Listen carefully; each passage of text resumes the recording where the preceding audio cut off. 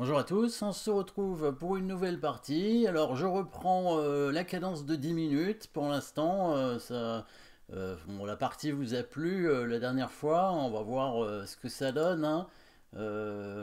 Évidemment, toujours des recherches un petit peu plus lentes, hein, pour trouver la partie.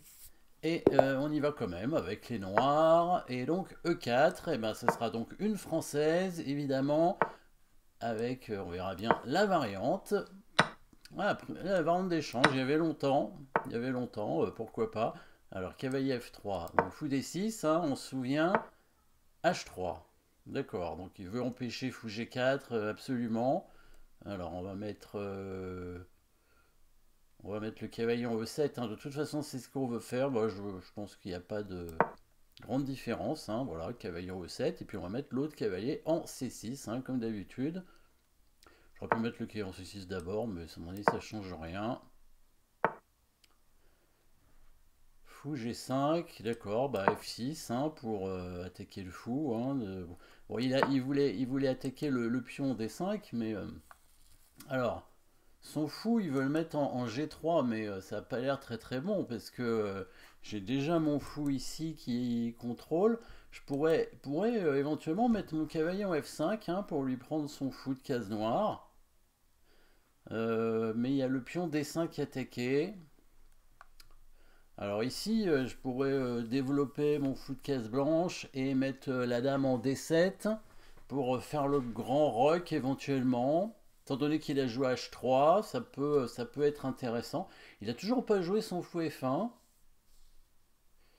Sinon, je peux aussi faire le petit roc, évidemment. Bon, on va mettre le fou en F5, je pense, hein, pour mettre la dame en D7, tranquillement. Voilà.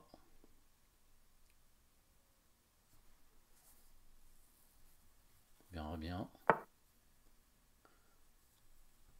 Bon, il fait A3 et H3, donc c'est probablement pour faire cavalier B5, hein, pour aller chercher le fou noir, on dirait. On dirait qu'il veut faire ça. Ou alors il empêche le cavalier d'aller en B4, il avait peur de ça. Est-ce que j'empêche qu'il y ait B5? Non, pas vraiment, hein, il n'y a pas vraiment de raison de l'empêcher. Euh, Bon, le fou en F5 était bien. La dame en D7. Bah, s'il fait qu'il y ait B5, j'aurais peut-être pas besoin. Comme je vais devoir reprendre le cavalier avec la dame, peut-être que j'ai pas intérêt à bouger la dame. Mais si je veux faire le grand roc, je suis un peu obligé quand même de bouger la dame. Est-ce qu'on va attaquer ce fou? On pourrait attaquer avec le pion en fait, hein, pour pouvoir prendre son fou derrière et doubler un pion et ensuite bon bah faire le grand roc à coup sûr. Ah, je pourrais même mettre la dame en D6 pour attaquer le pion. Ça peut être intéressant. G5. On prend le fou en G3, on met la dame en D6 et on attaque le pion. Voilà, comme ça la dame vient directement en D6. Je vais pouvoir faire le grand roc après. Et si il joue G4, on peut faire échec pour le déroquer. Bah, il joue pas G4. Bon, on va quand même prendre le pion, hein. On va lui dire merci, hein, pour ce pion quand même. Bon, on a gagné un pion, hein, en échange, hein, évidemment. Alors, est-ce que je fais quand même le grand roc ici ou le petit roc? Plutôt grand roc parce que bon, ah, j'aurais pu prendre un autre pion d'ailleurs. Ouais, bon, je préfère mettre mon roi à l'abri, on sait jamais. Ce pion, on pourra le prendre plus tard s'il ne le défend pas. Bon, à mon avis, il va le défendre quand même. Et c'est vrai que j'aurais pu prendre ce pion, ouais. Parce que voilà, il le défend. Le roi était pas vraiment en danger, hein, quand même. Alors, H5 pour faire une petite attaque sur le cavalier après, hein, et essayer de viser le pion central en D4. Comme j'ai déjà joué G5, eh ben, c'est un duo de pions très intéressant. Bon, on a gagné un pion, hein, évidemment on est content. Bon, bah le pion, j'ai même pas besoin d'attaquer son cavalier, il me le donne directement. On va lui dire merci, hein, quand même, à nouveau pour ce pion. Eh ben, il m'en donne encore un. Ça fait beaucoup, hein. Je sais pas, c'est pas Noël pourtant encore, hein. Bon, bah, on y va, hein. Allez. Bah, ce pion-là, je l'ai pas pris tout à l'heure, donc c'est normal qu'il me le donne maintenant, faut dire, hein. C'est vrai, hein. J'aurais pu lui prendre tout à l'heure et Et il aurait déjà eu 2-3 pions de moins. Bon, il y en a 3 en moins, hein, ça fait quand même beaucoup. Il pense que je vais perdre autant, hein, donc il joue très vite. Ouais. Peut-être qu'il a raison, hein, j'en sais rien, hein. J'ai quand même 7 minutes, hein, ça va, hein. Bon, il n'y a pas d'ajout de temps, hein, c'est 10 minutes plus 0 secondes, mais donc il faut pas traîner, évidemment, mais quand même, 3 pions d'avance, c'est quand même beaucoup. Alors j'ai mis le fou là pour défendre le pion, évidemment. Euh, alors les pions, on va les faire jouer quand même, hein. Duo de pions, bien sûr. Ici, bon, j'ai du duo de pions un peu partout, hein, quand même. Alors il va attaquer ce cavalier, évidemment. On va le bouger, peut-être. Il va faire un échec avec son fou, c'est pas grave, on bougera le roi, hein.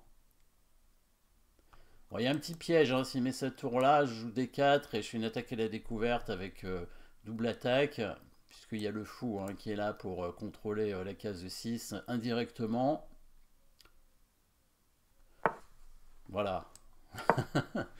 C'est ça. Voilà, le petit piège, hein. Il est là. Ah, ça peut marcher, hein. Si vous voyez des petits pièges comme ça, n'hésitez pas à les faire, hein. Bon, cet adversaire me semblait sensible à tous ces pièges de toute façon. J'avoue que bon, pour l'instant, c'est pas encore des joueurs extrêmement forts. Alors là, il y aura pas une grande différence de classement, apparemment, puisque, enfin, même si je gagnerai que 7 points. Donc, bon, la dernière fois, si vous vous souvenez, il y a eu 170 points de gagnés d'un coup. Donc, c'est pour ça que je. Bon, là, il abandonne quand même. Allez, merci. Finalement, c'est pour ça que je voulais pas, j'ai pas continué tout de suite les parties de 10 minutes, mais a priori, bon bah là, maintenant, il n'y a plus de grosses différences, hein, voilà, 7 points de gagné, c'est tout, donc ça va, hein, finalement, parce que je voulais pas encore gagner 170 points pour arriver un peu trop vite. Voilà, je voulais quand même qu'il y ait une progression, donc on va garder les parties de 10 minutes, hein, c'était surprenant la dernière fois. On va revenir évidemment sur l'ouverture, hein, mais on la connaît, hein, on l'a vu souvent. La variante d'échange, il a joué quand même un peu curieusement. Bon, H3 pour empêcher fou G4, pourquoi pas. Bon, le coup le plus agressif, hein, si on veut, hein, dans la variante d'échange, qui est quand même pas une ouverture agressive, mais le coup le plus agressif, c'est C4, hein, on l'a déjà vu aussi. Alors là, il joue H3, donc pas de C4, donc cavalier E7. Alors j'aurais pu mettre le cavalier en C6, parce que c'est vrai qu'il peut faire C4 maintenant. Il peut faire C4 maintenant, et bon, on n'a pas vraiment envie de prendre, parce que comme son fou n'a pas bougé, et on peut pas faire cavalier C6 maintenant, puisqu'il y a le coup C5 qui va arriver derrière. Donc peut-être sur C4, j'aurais joué C6 du coup. Ouais, peut-être, ouais. Et donc c'est pour ça qu'ici finalement c'était peut-être mieux de mettre d'abord le cavalier en C6. Comme ça sur C4 on peut mettre le cavalier en F6 et revenir un peu dans la variante avec cavalier F6 avec C4 tout de suite où on met le cavalier en F6. Après sur C4 on peut très bien prendre, hein, malgré tout, hein, et jouer cavalier C6 ensuite. Alors, on a perdu un temps quand même, hein, puisqu'il n'a pas joué son fou, hein. Donc je pense qu'il faut jouer C6 ici, c'est mieux, hein. Donc ça va. Bon, cavalier E7, on joue C6, c'est pas très grave. Bon, il joue KSC3, KSC6, évidemment. Fou G5, alors ça c'est pas bon, hein. Ils font souvent ça, mais c'est pas un bon coup, hein. Il faut pas mettre le fou là, parce que bah, ça nous fait jouer des coups utiles, hein, F6.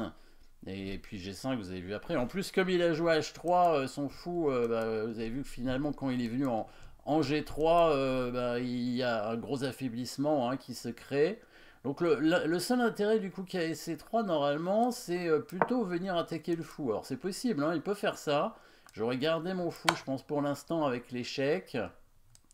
Et sur C3, le fou qui vient ici, parce que son cavalier est un peu isolé. Bon, le fou aussi, mais voilà, chacun a une pièce un petit peu enfermée, un petit peu isolée.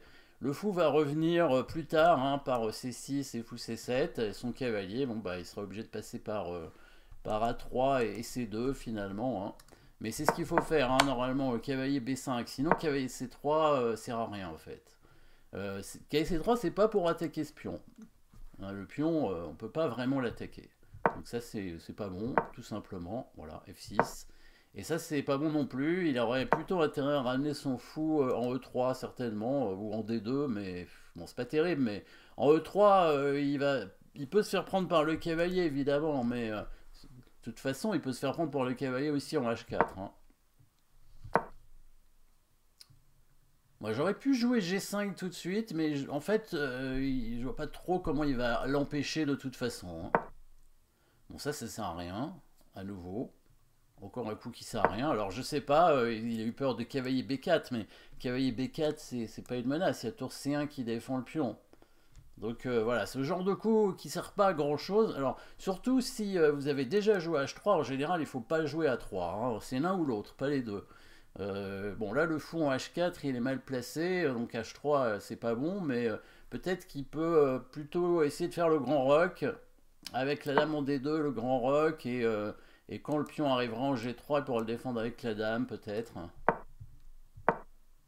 Voilà, donc là j'ai vu cette idée, hein. C'est intéressant cette idée. Au début je voulais faire dame D7, mais finalement non, c'est comme son fou est en H4, finalement on veut le forcer à venir en G3, on va prendre le fou et on met la dame directement en D6. Alors ça permet deux choses finalement, comme ça évite le coup cavalier B5, parce que sur dame D7 le problème c'est qu'il y avait B5 qui me gênait, je voulais pas... perdre ce fou, bon apparemment c'est pas très grave, mais bon c'est quand même embêtant. Après ce fou évidemment je veux bien l'échanger pour lui créer un petit affaiblissement. C'est pas si grave hein, qu'il vienne prendre le fou avec son cavalier, mais la dame aurait perdu un temps. Elle aurait bougé en D7 et ensuite en D6. Mais là c'est plus direct, hein. Hop, on vient attaquer le pion. Bon, il a pas vu qu'il était attaqué. Le seul coup probablement c'était cavalier E2 hein, pour défendre le pion. C'était un peu triste hein, au niveau du développement, mais ça permettait de garder le pion. Hein, cavalier E2 et là probablement grand roc hein, évidemment avec quand même un très gros avantage noir, un avantage de développement et il est bloqué complètement avec ses pièces. Mais il donnait pas le pion. Alors sur le coup G4, je voulais faire ça hein, pour le forcer à jouer son roi. Évidemment, il était déroqué, hein, c'était très embêtant. Mais bon, je pense que KE2 c'était quand même le seul coup. Bon là il donne le pion gratuitement, merci beaucoup. Et puis là, bon échange des dames, bah oui sans problème, hein, évidemment. Hein. Voilà j'aurais dû prendre le pion, hein. Objectivement c'était quand même le bon coup. Hein. Je l'ai pas vu tout de suite. Je me suis dit bon, on va quand même faire le roc tranquille pour mettre le roi à l'abri. Mais bon, c'était pas nécessaire étant donné qu'il n'y a plus les dames sur l'échiquier. Hein. On peut laisser le roi au centre pendant quelques coups. Mais de toute façon, ce pion, il va le redonner très vite.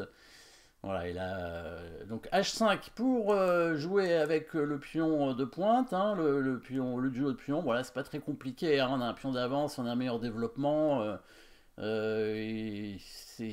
menace tout simplement d'attaquer son cavalier pour gagner ce pion. C'est d'ailleurs assez compliqué de parer. Hein. Je pense que à nouveau, il est obligé de reculer peut-être son cavalier ici pour défendre le pion. Ouais, je sais pas ce qu'il peut faire sinon. Bon, très compliqué. Bon, en tout cas, il m'a laissé gratuitement un deuxième pion, puis un troisième. Bon, bah là, c'est fini. Hein. Le fou, en plus, qui est bien placé ici, pour contrôler éventuellement la case de promotion, pour défendre ce pion. Nouveau duo de pion central, le cavalier, et puis là, bon, bah là, c'était le piège, hein, évidemment. Le petit piège ici, hein, avec la tour qui vient... Et l'attaque et la découverte, de toute façon il avait 3 pions de retard, hein, et il voit même pas que la tour est attaquée, et hop, merci. Bon, on voit que le classement a pas tellement, il n'y a pas une grosse différence entre un joueur à 2000 et un joueur finalement à 1200, hein, a priori, hein, dans ces parties. Mais bon, hein, ça peut changer très vite, à mon avis. Hein. Il peut y avoir des joueurs qui valent vraiment leur classement ou alors qui sont en progression. En tout cas, voilà, on va garder les parties de 10 minutes finalement, puisque la progression se fait assez lente finalement, avec plus 7 points gagnés. Donc c'est très bien, à mon avis. Hein. C'est mieux peut-être que les parties de 5 minutes plus 2 secondes. En tout cas, si vous avez... des sentiments par rapport à ça ou des questions par rapport à ces cadences, hein, ben, n'hésitez pas à les mettre en commentaire. Et puis merci à tous de suivre. C'est parti. N'oubliez pas, bien sûr, de vous abonner, de mettre un pouce si vous aimez, et puis regardez les liens hein, si vous êtes intéressé. Donc par les masterclass que je donne et éventuellement par les cours privés. Merci à tous et puis on se retrouve très vite.